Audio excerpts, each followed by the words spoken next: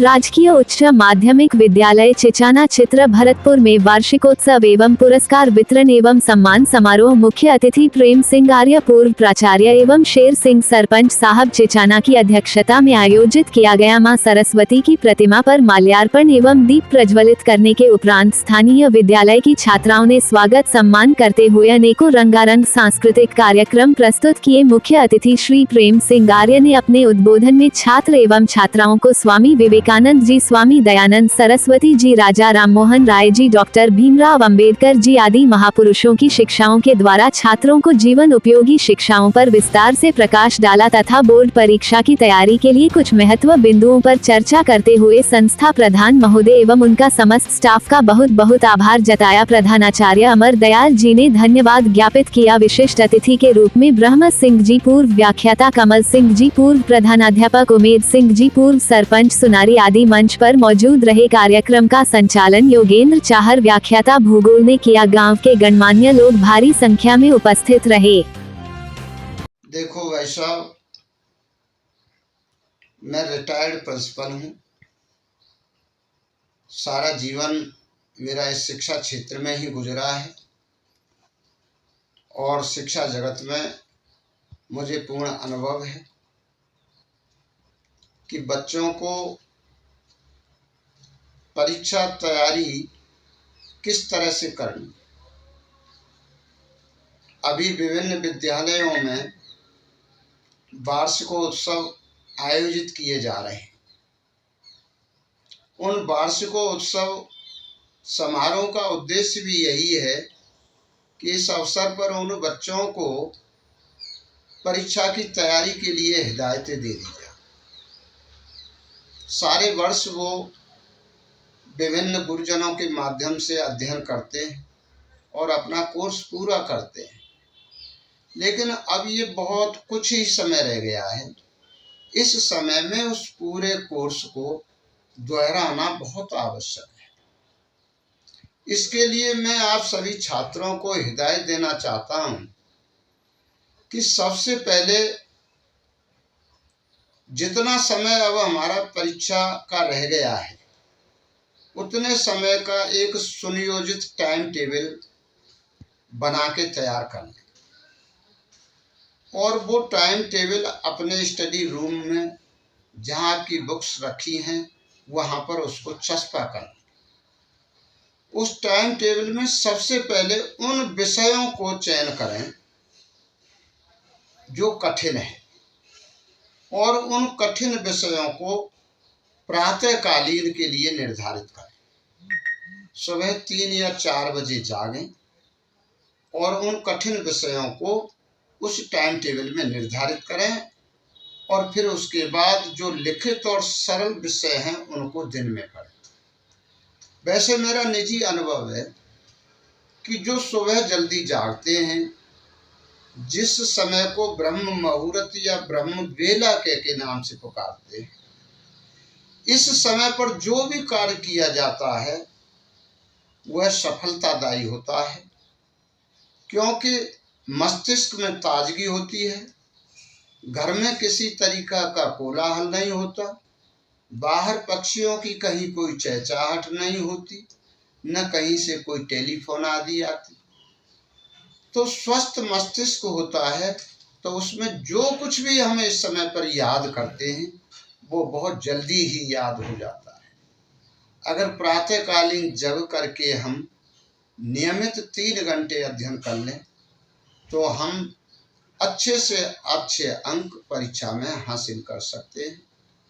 मनुष्य के लिए कोई भी ऐसा कार्य कठिन नहीं है जो नहीं किया जा सके, लेकिन लक्ष्य निर्धारित होना चाहिए।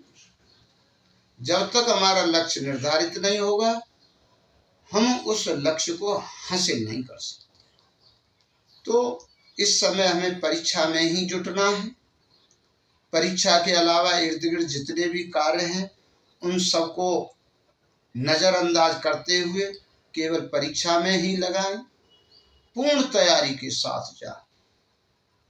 परीक्षा हॉल में भी परीक्षा से कम आधा पौन घंटे पहले पहुंच जाना चाहिए। लेट जाने से हड़बड़ाहट होती है और जो याद किया हुआ चीज भी होती है उसको भी हम भूल जाते हैं। पूरी सामग्री के साथ जाएं, पूर्ण तैयारी के साथ जाएं, पूर्ण कॉन्फिडेंस के साथ जाएं और जब जब पूर्ण कोर्स याद होगा, निश्चित समय पर पहुंचेंगे, पेपर भी आपका अच्छा होगा और जो हमारा लक्ष्य है वो निश्चित निर्धारित होगा, निश्चित हमको प्राप्त होगा। तो ऐसी मेरी उम्मीद है। स्वामी विवेकानंद जी ने अपने कोटेशन में कहा था कि उठो, जागो और तब तक निरंतर आगे की ओर बढ़ते रहो जब तक लक्ष्य की प्राप्ति नहीं हो जाती। तो साथियों, जल्दी जागेंगे, जल्दी उठेंगे और फिर निरंतर अपने कार्य में लग जाएंगे तो हमारा लक्ष्य हासिल हो जाएगा।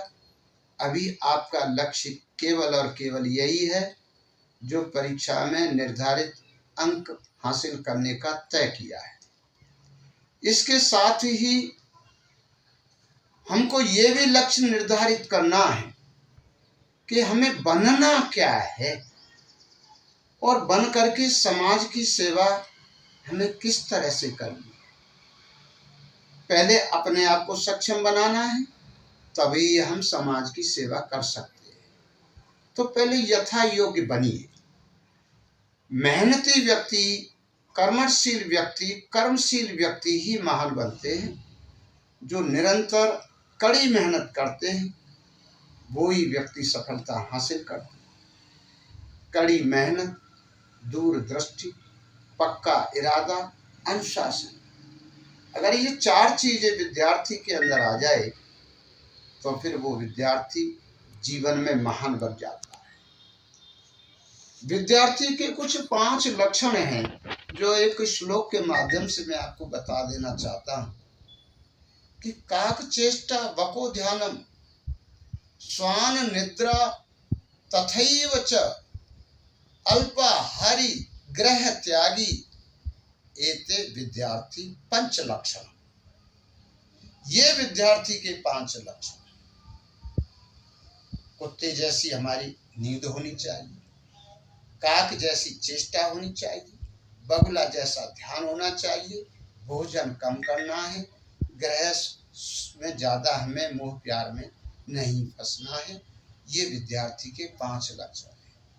इन लक्षणों को ध्यान में रखते हुए आपको निरंतर प्रगति करनी है। जो कर्मशील होते हैं, एक अंग्रेजी में कोटेशन है, वर्क इज वर्शिप, संस्कृत में है श्रमेव जयते, कर्म ही पूजा है। जो कर्मशील होते हैं उन्हीं की पूजा होती है, जो श्रम करते हैं उन्हीं की विजय होती है। इसलिए हमें कर्मशील बनना है और परीक्षा में अधिक से अधिक अंक हासिल करके हमें समाज के लिए एक अच्छे नागरिक बन के तैयार होना है। तभी हमारा इस देह में आने का मकसद पूरा होगा। तो मैं धन्यवाद देना चाहूँगा आपको कि आप यहाँ पर मेरा इस तरीका का साक्षात्कार लेने के लिए आए। मैं संपूर्ण समाज को, संपूर्ण विद्यार्थियों को और बधाई देना चाहूँगा कि इन बातों को ध्यान में रखते हुए आप परीक्षा की तैयारी करें। धन्यवाद। जय हिंद, जय भारत।